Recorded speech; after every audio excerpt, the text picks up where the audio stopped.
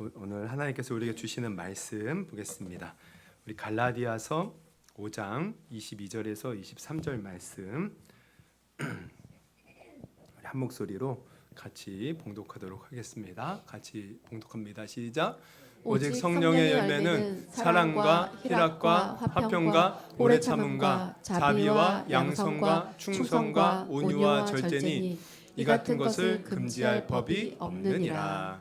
아멘. 이 시간에는 우리 김현순 집사님, 김성룡 집사님 나오셔서 하나님께 찬양으로 영광 올려드리겠습니다.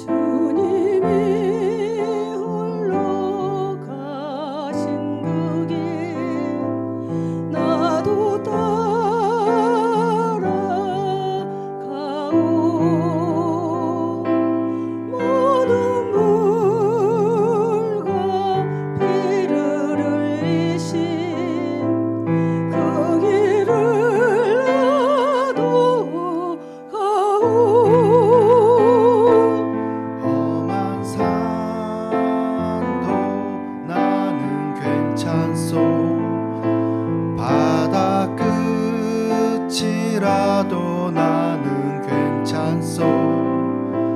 죽어가는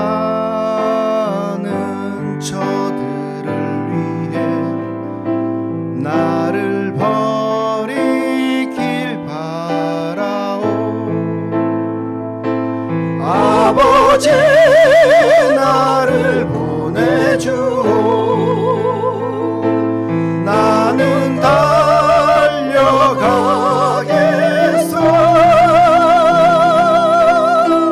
목숨도 아끼지 않겠소. 나를 보내주오. 험한 산도 나는 괜찮소. 바다 끝이라도 나는 괜찮소. 죽어가는 저들을 위해 나를 버리길 바라오. 세상이 나를 미워해도 나는 사랑하겠소.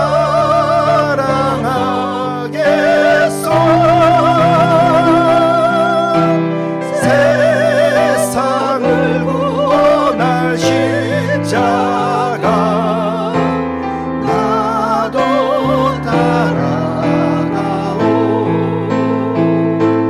생명을 버리면서까지 나를 사랑한 주님, 이 작은 나를 받아주오. 나도 사랑하오. 나도 사랑하오.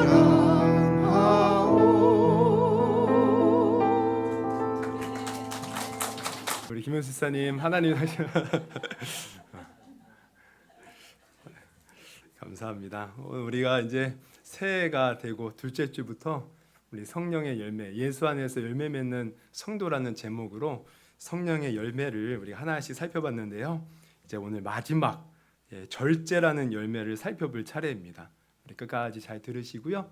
우리 평생 열매 맺는 우리 성도가 될 수 있기를 주님의 이름으로 축원합니다. 오늘 본문 갈라디아서 5장 22절에서 23절을 본문으로 예수 안에서 열매 맺는 성도 9번째, 이 절제에 대해서 우리가 살펴보겠습니다. 우리 절제라는 것은 이게 이제 헬라 원어로 보면요, 이제 어떤 의미가 있냐면 자제하다라는 말이 있어요. 자제하다. 그러니까 절제는 자제하는 거예요. 그러면 자제하는 것은 어떤 것을 말하냐면 그냥 단순히 우리의 욕망을 억누르는 것이 아니라 사실 우리의 그 욕망을 적절하게 사용하는 것을 말합니다. 그래서 이제 우리가 이제 절제라는 말로 번역이 됐는데 영어로 보면요, 이게 셀프 컨트롤로 이제 번역이 되었어요. 셀프 컨트롤. 그러니까 자신을 통제하는 겁니다. 통제하는 것. 그렇다면 절제는 곧 자기 통제를 말하는데 자기를 통제하는 것은 구체적으로 무엇을 말할까요? 첫 번째는 이런 겁니다. 우리 인간은요, 다 욕구가 있어요. 그것을 이제 우리가 성경적인 말로 하면 정욕이라고 말을 하는데 우린 인간적인 정욕이 있습니다. 육신의 정욕. 근데 이것을요, 절제한다는 것은 잘 사용하는 거예요. 단순히 억압하고 억누르는 것이 아니라 적절하게 잘 사용하는 거죠. 그러니까 우리가 크게 이제 이 정욕을 네 가지로 보고 있거든요. 우리가 물욕, 성욕, 명예욕, 권력욕. 근데 이게 우리가 기독교인들은 이게 뭔가 이렇게 이 정욕하면은 나쁜 것으로만 생각을 해요. 근데 사실 나쁜 게 아니에요. 이것은 인간의 그냥 기본적인 삶의 욕구들입니다. 이게 필요한 것이에요. 근데 문제는 뭐냐면 이것을 우리가 무적절하게 또한 과도하게 사용하면 이게 문제가 된다라는 거죠. 하나님 앞에 죄가 되는 것이고 또 때로는 이것이 우리의 삶을 파괴하는 그런 것이 되고 만다는 것이에요. 그래서 우리는 이 절제라는 열매를 통해서 이것을 적절하게 사용할 수 있어야 돼요. 그러면 구체적으로 한번 이 정욕을 우리가 살펴보면 먼저 우리가 성욕이라는 것. 사실 이 성이라는 것은요, 굉장히 아름답고 하나님께서 우리에게 주신 선물입니다. 이 성이라는 것은 하나님께서 창세기를 보면 태초에 이 아담과 하와를 만드시고 뭐라고 그들에게 말씀하셨냐면 복을 주시면서 생육하고 번성하라고 말씀하셨어요. 우리 창세기 1장 28절을 같이 한번 읽어봅니다. 시작. 하나님이 그들에게 복을 주시며 하나님이 그들에게 이르시되 생육하고 번성하여 땅에 충만하라. 땅을 정복하라. 바다의 물고기와 하늘의 새와 땅에 움직이는 모든 생물을 다스리라. 생육하고 번성하고 땅에 충만하래요. 그럼 우리가 생육하고 번성하고 땅에 충만하려면 어떻게 해야 됩니까? 이게 바로 성이라는 이 도구를 통해서 우리가 이 일을 이루어 나갈 수 있는 거예요. 그래서 성은요, 사실 하나님이 우리에게 주신 선물이고 복입니다. 근데 중요한 건 뭐냐면 하나님은 이 성을 주실 때 결혼이라는 테두리 안에서 주셨다는 거예요. 그래서 이 아담과 하와를 만드시고 이렇게 말씀하셨어요. 우리 창세기 2장 24절 또 한번 같이 있으면 시작. 이러므로 남자가 부모를 떠나 그의 아내와 합하여 둘이 한 몸을 이룰지어다. 하나님께서 허락해 주신 아내, 남편, 이 안에서 성이 이루어진다면 이거 너무 아름다운 거예요. 너무 좋은 겁니다. 이것을 통해서 우리는 후손을 낳고 생육하고 번성하는 복을 누리는 것입니다. 그런데 이것이 이 성욕이 이 결혼이라는 테두리 안에서 적절하게 나누면 되는데 문제는 뭐예요? 이제 이 결혼이란 테두리에서 벗어나서 배우자가 아닌 다른 사람과 그 성을 나눈다, 이게 문제가 되는 거죠. 이것이 바로 사실 우리나라 예전에는 이게 2015년에 폐지되었지만 간통죄가 있었잖아요. 간통죄. 뭡니까? 자기 배우자 외에 다른 사람과 관계를 하면 그게 간통죄라는 거예요. 그래서 지금은 이게 폐지가 되었어요. 하지만 성경에서는 여전히 이것이 죄입니다. 성경에서는 간음이라고 말을 하죠. 간음. 하나님이 짝지어 주신 그 사람 외에 내가 다른 사람과 성적인 이런 욕구를 절제하지 못해서 우리가 맺게 된다. 그러면 이것은 하나님 앞에 죄가 되는 거예요. 그리고 이걸 통해서 사실 우리의 삶이 때로는 관계가 깨어지고 삶이 파괴되는 것이죠. 그래서 우리는 이것을 이 결혼이라는 테두리 안에서 적절하게, 다시 말하면 절제하는 겁니다. 절제하며 사용할 때 이것이 복이 되고 은혜가 되고 또 이 성이라는 것을 통해서 우리 부부가 더욱더 아름답게 또 살아갈 수 있다는 것을 여러분 아시기를 바랍니다. 그래서 절제가 필요한 거예요. 그리고 또 우리 물욕도 마찬가지죠. 물욕이라는 것은 물질에 대한 욕구예요. 근데 이것은 기본적인 욕구입니다.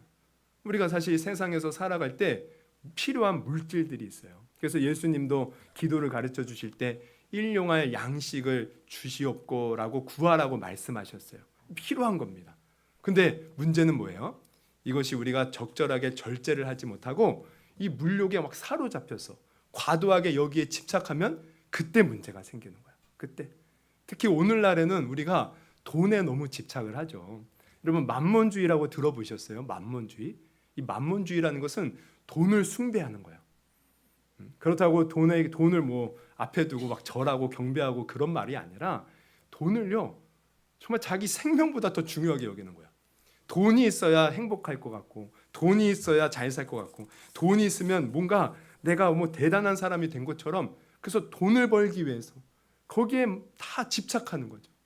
모든 것을 해도 돈.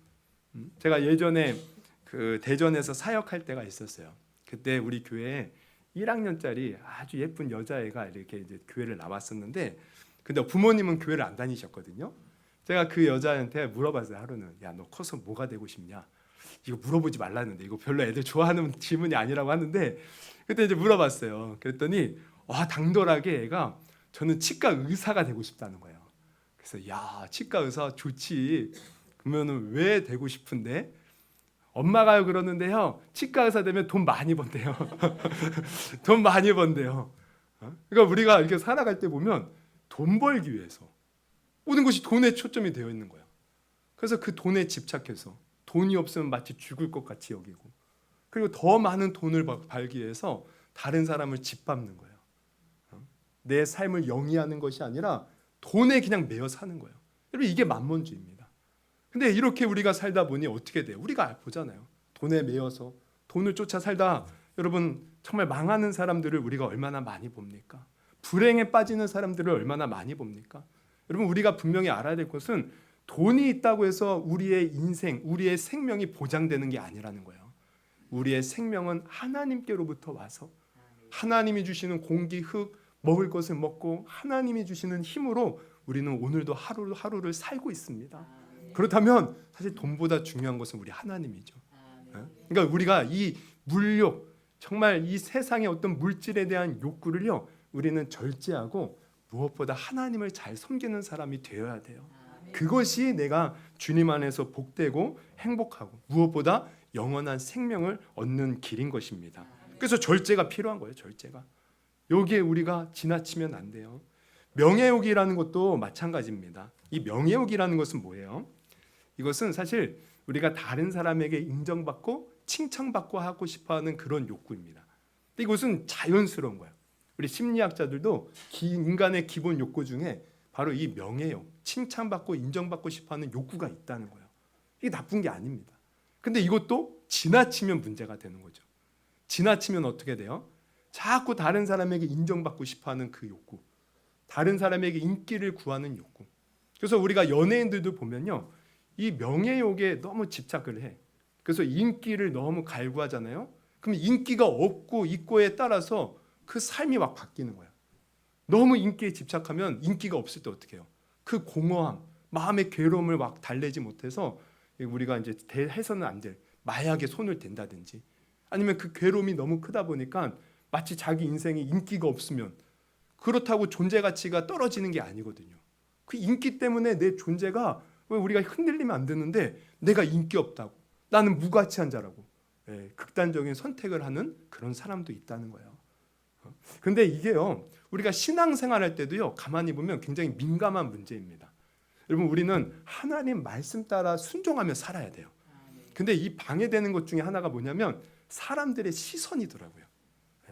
우리가 사람의 인기를 구하고 사람의 눈치를 보면 하나님 말씀대로 살지 못하는 거예요. 여러분 사울 왕이 왜 하나님께 버림받아요? 불순종해서. 그렇죠? 불순종. 그래서 사무엘이 그에게 순종이 제사보다 낫다라는 말을 하잖아요. 그러면 사울 왕이 왜 불순종을 했을까? 그가 무슨 악해서 불순종한 게 아니에요. 가만히 보면 백성의 인기를 구한 겁니다. 하나님보다 백성을 두려워한 거예요. 우리 사무엘상 16장 24절을 한번 같이 봅니다. 우리 한번 같이 읽어볼게요. 시작. 온유한 자는 복이 있는 사무엘 잘못했네. 이거는 그거 아니. 사무엘상 16장 24절은 사울이 사무엘에게 이르되 내가 범죄하였나이다. 내가 여호와의 명령과 당신의 말씀을 어긴 것은 내가 백성을 두려워하여 그들의 말을 청종하였습니다. 그러니까 하나님의 말씀에 귀를 기울이고 청종했어야 되는데 백성을 두려워해서, 이 말은 백성에게 인기를 구했다는 거야. 백성이 나를 떠날까 봐, 백성에게 인정받으려고 하나님보다 그 인기를 구하는 거야. 이게 지나친 명예욕인 겁니다. 그래서 사무엘 선지자가요, 화가 나서 가려고 그래요. 그랬더니 막 사울이요 막 잡죠. 그래서 옷도 찢어지고 하는데, 그때 사울이 사무엘을 붙드는 이유는 나를 용서해달라 이게 아닙니다. 보면은 백성들 앞에 가서 나를 높여달라는 거예요. 우리 사무엘상 16장 30절은 나와 있나요? 네, 같이 한번 읽습니다. 시작. 사울이 이르되 내가 범죄하였을지라도 이제 청하옵나니 내 백성의 장로들 앞과 이스라엘 앞에서 나를 높이사 나와 함께 돌아가소서. 내가 당신의 하나님 여호와께 경배하게 하소서 하더라. 백성 앞에서 나를 높여달래요. 그러니까 이렇게 자기의 인기를 구하고 명예욕에 빠져버리면 우리가 하나님 뜻대로 살지 못합니다. 그러니까 이게 우리 신앙생활에도 그대로 적용이 돼요. 우리가 하나님 말씀대로 살지 못하는 정말 중요한 이유 중에 하나는 사람들의 눈치를 보는 거야. 내가 이렇게 할 때, 내가 이렇게 열심히 할 때 사람들은 어떻게 생각할까? 우리 가족이 나를 싫어하면 어떻게 하나? 우리 가족이 나를 버리면 어떻게 하나? 그러나 여러분, 우리가 먼저 하나님 앞에 온전히 서서 주님 말씀 살아갈 때, 그때 우리 가족도 복을 받는 것이고 내 인생이 복을 받는 것이에요. 여러분, 우리는 이 명예욕에 사로잡혀서 하나님 뜻대로 살지 못하는 그러한 불행한 일이 없기를 주님의 이름으로 축원합니다. 우리 권력, 이번에 마지막으로 권력욕을 생각해 보면 이 권력욕도요, 생존을 위해서 참 필요한 거죠. 이 권력은 뭐냐면 내가 다른 사람들을 이렇게 주도하고자 하는 것들이에요. 내가 다른 사람을 주도하는 것. 근데 이게 필요해요, 사실은. 근데 이것도 지나치면 문제가 되는 거야. 그래서 이 권력욕은, 우리가 권력하니까 꼭 정치인들만 생각을 하는데 우리의 삶 가운데 이게 사실 늘 이렇게 만연해 있습니다. 제가 이제 결혼할 때 보면은 흔히 이런 말들을 해요. 야, 너 처음부터 기선제압해야 돼. 아내한테 붙잡혀 살면 평생 고생한다. 처음부터 아내를 휘어잡아야지. 아내 여자들도 마찬가지죠. 남편한테 처음부터 기죽으면 안 돼. 아주 주도권을 잡아야 돼. 이게 뭡니까? 이게 어떻게 보면 권력욕인 거예요. 내가 다른 사람보다 위에 가서 내가 원하는 대로 주도하려는 거. 주도하려는. 이게요, 가만히 보면 가정도 그렇고 뭐 교회도 그렇고 회사도 그렇고 다 있어요. 다. 근데 이게요, 나쁜 게 아니라는 거예요. 사실 우리가 모든 공동체는 질서가 필요합니다. 그래서 이 권위가 있거든요. 근데 이 권위에 맞춰서 우리가 권력을 이렇게 잘 행사하면 이것이 아름답게 질서가 이루어지는 좋은 도구가 돼요. 근데 이게 지나치면 안 되는 거예요. 지나치면 마치 자기가 무슨 대단한 사람인 양 모든 사람을 자기 뜻대로 막 주무르려고 해요. 그럼 여러분, 그런 사람 밑에 있는 사람은 얼마나 힘듭니까? 우리가 이 권력을요, 비록 내가 권력이라는 것이 주어지는 자리에 서 있을지라도 이것은 다른 사람들을 사실 다스리라고 있는 것이 아니라 잘 섬기라고 있는 것이에요. 다른 사람의 의견을 존중해주고 내 의견만 내세우는 것이 아니라 다른 사람들의 생각을 취합해서 가장 하나님이 원하시는 뜻대로 이끌어가기 위해서 하나님이 내게 주신 것인데, 우리가 이것을 어떻게 해요? 절제하지 못하면 이 권력욕에 취해서 어떻게 합니까? 어떻게든 내 마음대로 내 뜻대로 하려고. 여러분, 우리가 정치인들도 참 기도를 많이 해주셔야 돼요. 마치 정치가 뭐 국회의원이 되고 대통령이 되면 자기가 무슨 권력을 다 쥐고 자기 마음대로 하는 것이라고 생각하는데 그게 아니잖아요. 그 자리에 서서 백성을 다스리고 국민들을 위해서 희생하라고 자리를 준 건데 마치 뭔가 대단한 것처럼 여기는 것. 이건 적절하지 못한 겁니다. 우리는 항상 어디를 가나 누구 다른 사람보다 물론 위에서 다스리고 싶어하는 마음들 다 있어요. 근데 그것이 지나쳐서 다른 사람에게 상처 주고 아픔을 주면 안 돼요. 하나님이 내게 이런 위치를 주신 건 다 섬기라고 하는 것이구나. 그래서 이것을 잘 절제하고 통제할 수 있어야 됨을 여러분 아시기를 바랍니다. 그래서 우리가 이렇게 다시 말씀드리면 이렇게 인간의 욕구는 우리가 살아가는 데 있어서 다 필요한 것이고 다 기본적으로 있어. 근데 중요한 것은 절제라는 열매를 통해서 이거를 잘 통제할 때 그게 아름답게 하나님께 쓰임 받을 수 있다는 거야. 그러니까 우리는 절제의 이 열매가 늘 필요해요. 열매. 그래서 이 절제의 열매가 정말 중요한 이유 중에 또 하나는 뭐냐면 우리가 절제를요 제대로 통제하지 못하면 아까도 말씀드렸지만 이게 삶에 많은 부작용들이 일어나는데 중요한 것은 영적으로 보면 마귀가 우리를 공격할 때 바로 이 절제를 통제하지 못하는 걸 통해서 공격한다는 거예요. 우리의 이 정욕을 지나치게 막 행사하도록 만들어서 그러니까 우리가 아까도 사울왕 봤죠. 하나님이 그 왕의 위치에 세워주셨어. 그러면 그것을 정말 감사하게 여기고 주님 뜻대로 행했어야 되는데 마치 그것이 자기를 높여준 줄 알고 세상에서 높이고자 하는 그런 명예욕에 사로잡히니 사실 이게 영적으로 보면 마귀가 그걸 통해서 사울왕을 무너뜨린 거예요. 하나님 말씀보다 사람의 인기를 따르다가 망한 겁니다. 망한 것. 여러분 사사기를 보면 참 재미있는 사람들 많이 나오죠. 여러분 우리가 삼손이라는 사람 다 아시죠? 삼손. 영화로도 저 어렸을 때 많이 봤던 것 같아요. 근데 삼손이 왜 무너집니까? 삶이 여자에 빠져가지고 여자에. 그러니까 남자는 항상 여자를 조심하라고 그러더라고. 제가 목사가 됐을 때 항상 하는 말이 돈 조심, 명예 조심, 여자 조심, 여자 조심. 그러니까 이 여자에 빠져서, 그러니까 이게 적절하게 통제를 못하니까 마귀가 그거를 탐터가 들어가서 여자에게 빠져 두 눈 다 뽑히고 비참하게 돼요. 여러분 우리가 가룟 유다를 보면 예수님을 팔잖아요. 얼마에 팔죠? 은 30냥. 그러면 왜 팔았을까요? 이게 사실 가룟 유다가요 평소에 물욕이 대단했어요. 욕심이.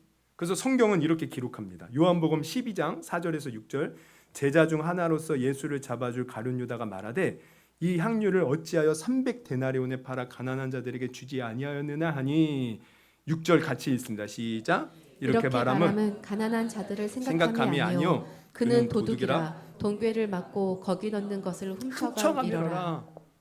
이 돈에 아주 욕심이 가득해. 그러니까 마귀는 이렇게 우리가 우리의 정욕을 통제하지 못하고 막 거기에 빠져들면 그걸 이용하는 거예요. 그래서 13장에 가면은 마귀가 가룟 유다에게 예수를 팔 생각을 넣었다는 겁니다. 13장 2절 같이 읽습니다. 시작. 마귀가 벌써 시몬의 아들 가룟 유다의 마음에 예수를 팔려는 생각을 넣었더니. 그러니까 왜 넣습니까? 12제자 중에 평소에 이 물질에 대한 욕심이 가득하니까 마귀가 그걸 이용하는 거예요. 여러분 우리가 참 절제가 필요한 이유가 바로 여기 있습니다. 내 인의 기본적인 욕구 그것을 우리는 잘 늘 돌보면서 절제, 통제할 수 있어야 돼요.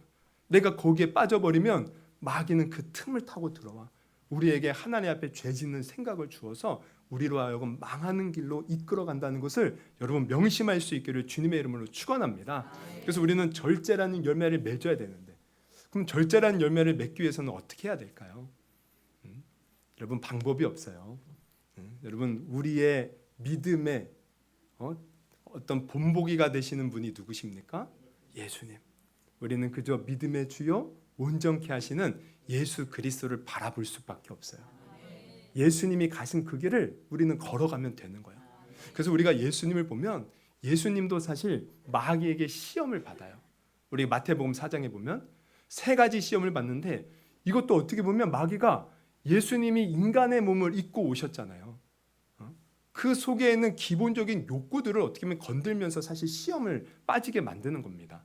그래서 첫 번째 시험을 보면 예수님에게 뭐라고 해요? 이 돌을 보고 이 돌을 떡덩이가 되게 만들어라.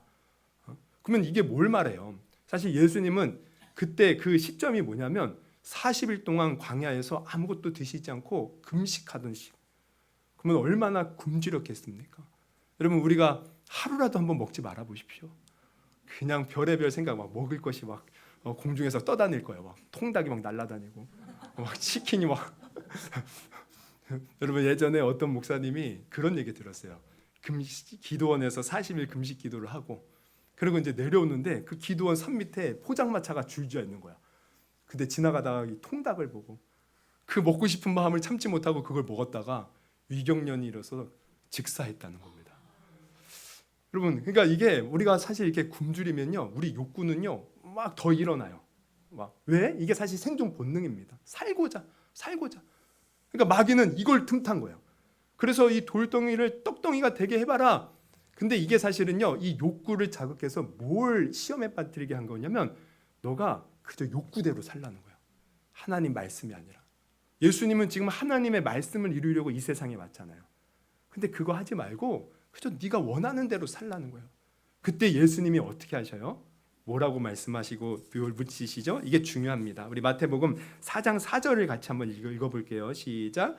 예수께서 대답하여 이르시되 기록되었으되 사람이 떡으로만 살 것이 아니요 하나님의 입으로부터 나오는 모든 말씀으로 살 것이라 하느니라. 여러분 이게 중요한 겁니다. 여러분 우리는요 하나님 말씀 따라 살아가는 거예요. 그저 본능 따라 욕구 따라 살아가는 것은 짐승이에요. 짐승. 우리는 하나님의 말씀. 하나님은 왜 말씀 주셨겠어요? 우리 마치 저는요 그 처음 이 운전면허를 땄을 때 그제 제가 2002년도에 땄거든요. 2001년도에 그때는 처음 땄을 때 어디 이렇게 지방을 가려면 지도를 펴놓고 갔어요. 정말 지도가 차에 있었어요. 근데 어때요 요즘에는 내비게이션 얼마나 전 내비게이션이 나왔을 때 야 이거 획기적이다. 정말 깜짝 놀라서 어떻게 이게 이런 게 있을 수 있나? 그러니까 내비게이션 보면 어떻게 해요? 야, 안전하게 가는 거예요. 물론 처음에는요 길이 없는 이상한 데로 막 끌고 가가지고 막 그런 낭패를 보는 사람들도 있었는데 요즘에는 기술이 발달해서 내비만 잘 따라가면 돼요. 그러면 웬만한 목적지는 다 안전하게 갑니다. 아닌가요? 여러분 내비는 T맵이 제일 좋은 것 같아요. 어쨌든 여러분 내비를 따라갔을 때 우리가 안전하듯 우리 인생은요 하나님 말씀 따라가면 안전한 거예요. 내비처럼 불안전한 그런 요소들이 없어요. 100% 완전해요. 말씀만 따라가면 내가 사는 거예요. 근데 우리가 때로는 말씀이 아니라 내 욕구대로 내 생각대로 살려고 하니까 문제가 되는 것 아닙니까? 여러분 하나님의 말씀을 귀하게 여기시고 말씀 따라 살아가십시오. 이것이 절제의 열매를 이룰 수 있는 귀한 비결이 되는 것입니다. 또 예수님 두 번째 시험이 뭐예요? 마귀가 높은 곳에 데려가서 뛰어내려 봐라. 그러면 주의 사자가 너를 붙들어 주지 않니? 이제 이것인데 이게 뭐냐면 하나님이 지금 너와 함께하니? 이거 시험하는 거예요. 너가 정말 하나님과 함께하는 아들 맞니? 사람들에게 한번 보여줘봐. 그러니까 이게 어떻게 보면은 명예욕을 자극하는 거죠. 너가 하나님이 함께하는 것을 보여줌으로 말미암아 사람들에게 너 인정받아야지 이 길 갈 수 있는 것 아니야? 여러분 우리는 끊임없이 이 유혹을 받아요. 사람들에게 인정받고 높임받고 칭찬받고. 근데 우리 예수님은요 사실 그것을 내려놨어요. 우리가 주님의 길을 갈 때에는요 때로는 사람의 인기 이것을 우리가 내려놔야 돼요. 그래서 예수님은 그 모든 사람의 인기를 구하는 길이 아닌 어떤 길? 십자가의 길, 죽음의 길, 조롱과 비웃음과 책찍을 맞는 그 길. 여러분 우리가 예수님을 믿는다면 우리도 우리의 십자가를 지고 그 길을 걸어가야 됩니다. 그 길. 사람의 인기 구하고 명예 구하고 높아지고 세상에서 이것 따라가다가 하나님과 멀어지는 것이에요. 내가 정말 예수님을 믿는다면 예수님이 나에게 이런 생명 주셨는데 여러분 우리도 십자가의 길을 걸어갈 수 있는 저와 여러분이 되기를 주님의 이름으로 축원합니다. 또 세 번째 시험은 마귀가 예수님께 천하만국의 영광을 보여주면서 내게 절 한번 하면 이 모든 것을 내게 주겠다. 여러분 마귀는요 우리가 알아야 돼요. 아담과 하와가 누구의 말을 듣고 죄를 졌습니까? 마귀. 근데 하나님이 처음에 이 세상을 지으시고 나서는 인간에게 아까 봤잖아요. 생육하고 번성하고 충만하여서 이 땅을 다스리라는 거예요. 이 다스리는 권한이 우리 인간에게 주어진 거예요. 근데 인간이 하나님의 말씀을 들을 때는 그것이 우리에게 있지만 마귀의 말을 들으니 마귀에게 종이 되어서 그 세상의 모든 것을 누리는 권한을 마귀에게 빼앗긴 겁니다. 그러니까 마귀가 이 세상의 영광을 주물럭주물럭하는 권세를 이 우리를 속여서 빼앗아 갔어요. 그래서 마귀가 쥐고 있어요. 마귀가. 예수님도 이걸 가지고 시험하는 거예요. 그래서 너 하나님의 아들 아니냐? 세상의 영광, 이 권력 이런 거 있어야 되지 않겠냐? 근데 예수님은 어떻게 해요? 그것도 물리치시는 거예요. 사실 예수님이 이 땅에 오실 때는요, 이러한 세상의 권력, 세상의 물질, 이 모든 것을 사실 다 내려놓고 오셨다고 성경은 말씀하고 있습니다. 우리 빌립보서 2장 6절에서 8절 말씀 또 같이 한번 읽어봅니다. 시작. 그는 근본 하나님의 본체시나 하나님과 제가 읽겠습니다. 동등됨을 취할 것으로 여기지 아니하시고 오히려 자기를 비워 종의 형체를 가지사 사람들과 같이 되셨다. 그러니까 하나님과 동등됨을 취할 것으로 여기지 아니하시고 하늘의 모든 영광을 다 버리고 이 땅에 오셨다는 거예요. 그리고 십자가에 죽기까지 복종하신 우리 주님. 그러면 우리도요 그 주님 가신 그 길을 걸어가야 돼요. 이 세상 것을 사랑하다가 이 세상 것 따라가면 그런 삶이 아니라 주님 가신 그 길 걸어가는 것이 우리의 삶인 것이죠. 그래서 우리가 이러한 예수님처럼 살기 위해서는요 항상 기억해야 돼요. 나는 죽고 예수로 산다. 우리 사도 바울이 이런 고백을 했잖아요. 우리 갈라디아서 2장 20절은 있나요? 우리 한번 같이 읽어봅니다. 시작. 내가 그리스도와 함께 십자가에 못 박혔나니 그런즉 이제는 내가 사는 것이 아니요 오직 내 안에 그리스도께서 사시는 것이라. 이제 내가 육체 가운데 사는 것은 나를 사랑하사 나를 위하여 자기 자신을 버리신 하나님의 아들을 믿는 믿음 안에서 사는 것이니라. 아멘. 또 우리 갈라디아서 6장 14절 같이 읽습니다. 시작. 그러나 내게는 우리 주 예수 그리스도의 십자가 외에 결코 자랑할 것이 없으니 그리스도로 말미암아 세상이 나를 대하여 십자가에 못 박고 내가 또한 세상을 대하여 그러하니라. 그냥 세상에 자랑할 것 예수밖에 없다는 거예요. 세상을 못 받고 살아가는 그 길. 그게 우리가 이 절제라는 열매를 맺으면서 주님 뜻 안에서 아름답게 살아가는 비결인 것입니다. 이게 우리가 첫 번째 절제의 의미예요. 내 욕구를 절제하는 것.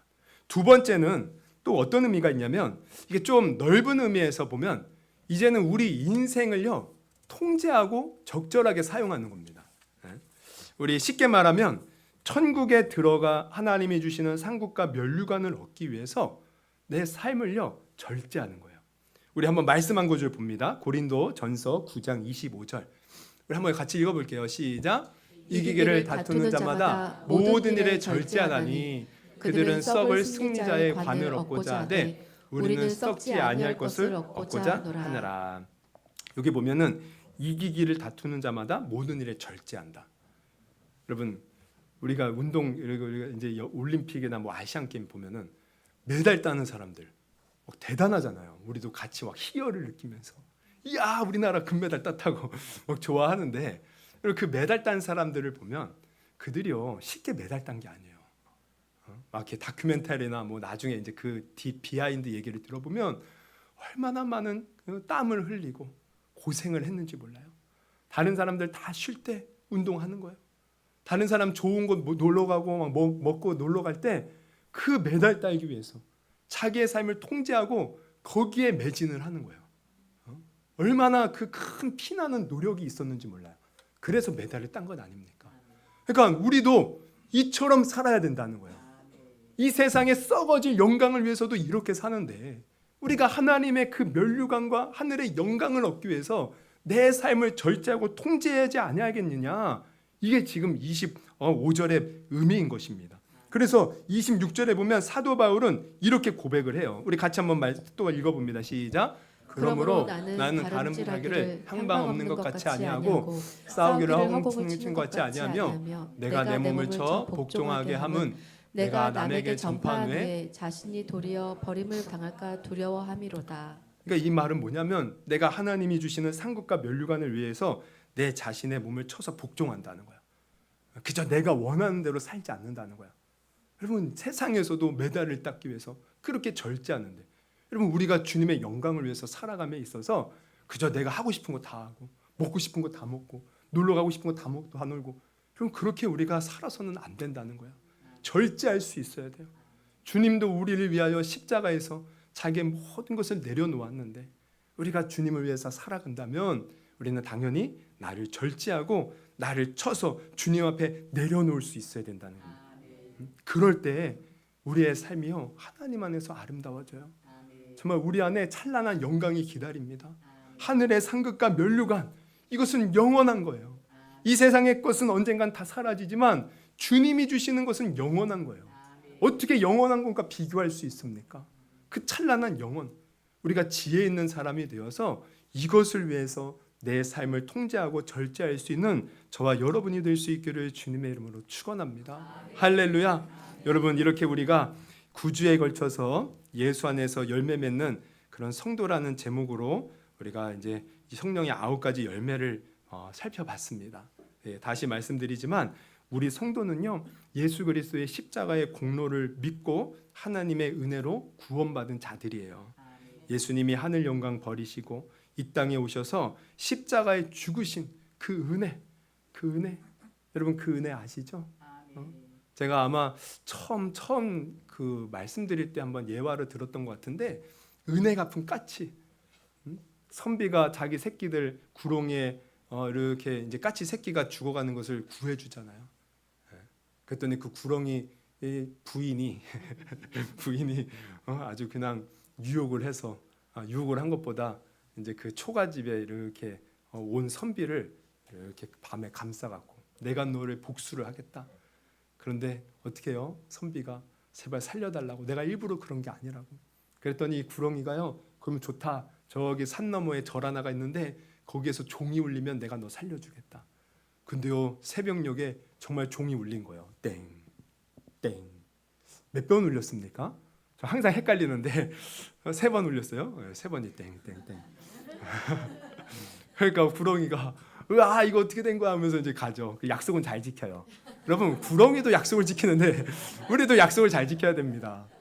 그래서 선비가 이거 어떻게 된 일이지? 막 달려가 봤어요. 그랬더니 어떻게 해요? 까치 어미가 거기에 머리가 깨진 채 피 흘려 죽고 있는 거예요. 은혜 갚은 까치. 여러분 이러한 미생물도 은혜를 갚을 줄 알거든. 하물며 우리 사람이 하나님이 주신 은혜를 기억하며 주님 위해 살아가는 건 마땅하다라는 거예요. 마땅하다라는 거예요. 그러면 우리는 주를 위해서 살아가야 되는데 그럼 주를 위해서 살아가는 것은 무엇을 말합니까? 다른 말로 하면 이것은 주님께 영광 올려드리는 삶을 살아야 된다는 거예요. 우리의 창조 목적이 뭐예요? 하나님께 영광 올려드리기 위해서 지음받은 존재 아닙니까? 그러면 우리가 하나님께 영광 올려드리기 위해서는 그럼 내가 어떻게 살아야 되는가? 이걸 기억해야 돼. 내가 하나님께 영광 올려드리는데 어떻게 살 거예요, 여러분? 어떤 사람들은 내가 돈을 많이 벌어야 하나님께 영광, 내가 높은 자리에 있어야 영광, 그렇게 생각하는데 그게 아니라는 거예요. 성경을 보면 하나님께 영광 올려드리는 것은 결론적으로 말하면 열매 맺는 삶을 사는 것입니다. 아름다운 열매를 통해서 다른 사람들에게 하나님의 영광을 보여주는 거예요. 그래서 예수님은 산상수훈에서 제자들에게 이렇게 말씀하셨어요. 마태복음 5장 13절부터 우리 한번 같이 한번 읽어보겠습니다. 시작. 너희는 세상의 소금이니 소금이 만일 그 맛을 잃으면 무엇으로 짜게 하리요? 후에는 아무 쓸데없어 다만 밖에 버려져 사람에게 밟힐 뿐이니라. 너희는 세상의 빛이라. 산 위에 있는 동네가 숨겨지지 못할 것이요. 15절이 중요합니다. 15절 있습니다. 사람이 등불을 켜서 말 아래 두지 아니하고 등경 위에 두나니 이러므로 집안 모든 사람에게 비치느니라. 16절 중요합니다. 같이 읽습니다. 시작. 이같이 너희 빛이 사람 앞에 비치게 하여 그들로 너희 착한 행실을 보고 하늘에 계신 너희 아버지께 영광을 돌리게 하라. 뭐라고 합니까? 너희의 착한 행실을 보고, 착한 행실, 열매 맺는 삶, 아름답게 주님에 따르는 그 삶을 보고 세상 사람들에게 하나님의 영광을 드러내라는 거예요. 내가 하나님께 영광을 어떻게 드러냅니까? 여러분 오늘 하루를 살아도 사랑, 희락, 화평, 오래 참음, 자비, 양선, 충성, 온유, 절제, 이 열매를 내 삶에 맺을 때 여러분 우리의 삶이 하나님께 영광이 되는 삶이라는 것을 여러분 아시기를 바랍니다. 그래서 베드로 사도도요 비슷한 얘기를 했어요. 우리 베드로전서 4장 8절, 무엇보다 뜨겁게 서로 사랑할지니 사랑은 허다한 죄를 덮느니라. 이렇게 서로 사랑하라는 거예요. 서로 대접하기를 원망 없이 하고 각각 은사를 받은 대로 하나님의 여러 가지 은혜를 맡은 천한 청지기 같이 서로 봉사는요 섬기는 겁니다. 섬겨라. 11절, 만일 누가 말하려면 하나님의 말씀을 하는 것 같이 하고, 여러분 하나님의 말씀을 하는 것 같이 말을 하래요. 그냥 내 생각대로 우리가 얘기해서는 안 돼요. 항상 이 말, 이런 말에는 힘이 있습니다. 우리가 대부분 상처받고 대부분 기분 상하고 이게 다 말을 통해서 말. 그래서 하나님은요 이 이스라엘 백성들이 광야에서 막 원망불평할 때 내가 들리는 이 말대로 행하리라. 그래서 광야에서 그들이 그렇게 안 좋게 끝나는 거잖아요. 말, 우리가 긍정적인 말, 하나님이 주시는 생각으로 그 말 그렇게 하고 누가 봉사하려면 하나님이 공급하시는 힘으로 하고 겸손하게 막 뽐내면서 내가 이렇게 했는데 너도 나를 섬겨야지, 이게 아니라 내가 주님이 나를 섬겼으니 거저 주었으니 거저 받았으니 거저 주라는 주님 말씀대로 내가 섬깁니다. 그렇게, 이게 얼마나 아름답습니까? 이렇게 해서 범사에 예수 그리스도로 말미암아 하나님이 영광을 받으시게 하려 함이니. 할렐루야. 여러분, 열매 맺는 삶, 이게 곧 하나님께 영광 올려드리는 삶입니다. 여러분, 우리 정말 삶이 바뀌어야 돼요. 단순히 막 교회 열심히 나오고 기도 많이 하고, 여러분 그 기도 많이 하고 성경 말씀 많이 읽는 것은 그 자체로 목적이 있는 게 아니에요. 그것을 통해서 내 삶이 하나님과 관계를 맺고 하나님 뜻대로 사는 겁니다. 거기에 머물면 안 돼요. 내가 정말 열매 맺는 삶으로 우리는 모든 것이 귀결되어서 하나님께 영광 올려드려야 되고, 그러한 사람이 이 땅에서도 은혜와 복을 누릴 뿐만 아니라 하나님 앞에 섰을 때 잘했다 칭찬받고 그 찬란한 하늘의 영광 다 누리는 주인공이 될 줄 믿습니다. 우리 주사랑교회 성도들은 다 그런 성도 되기를 원합니다. 그럼 우리 다짐하는 마음으로 한번 옆 사람에게 우리 열매 맺는 삶을 삽시다. 한번 마지막으로 한번 인사해 볼까요? 열매 맺는 삶을 삽시다. 네. 좀 옆에 이렇게 보세요. 좀 열매 맺는 것 같이 안 나 보이면 당신 열매 맺어야 돼. 그러면 안 되고 항상 우리는 나한테, 다른 사람 판단할 겨를이 없어요. 나 보고 나 열매 맺어야 돼. 나 열매 맺어야 돼. 할렐루야. 네, 우리 그런 마음에서 우리 한번 기도했으면 좋겠습니다. 한번 우리 두 눈을 감으시고 여러분 정말 진지하게 우리 한번 생각해봐요. 우리가 교회를 10년, 20년, 30년, 40년, 50년 우리 다녔는데 과연 나는 내 삶에서 정말 주님의 모습이 나타나고 있습니까? 예수 그리스도의 그 사랑과 섬김이 나타나고 있습니까? 우리 한국교회가 오늘날 세상 사람들에게 왜 지탄을 받습니까?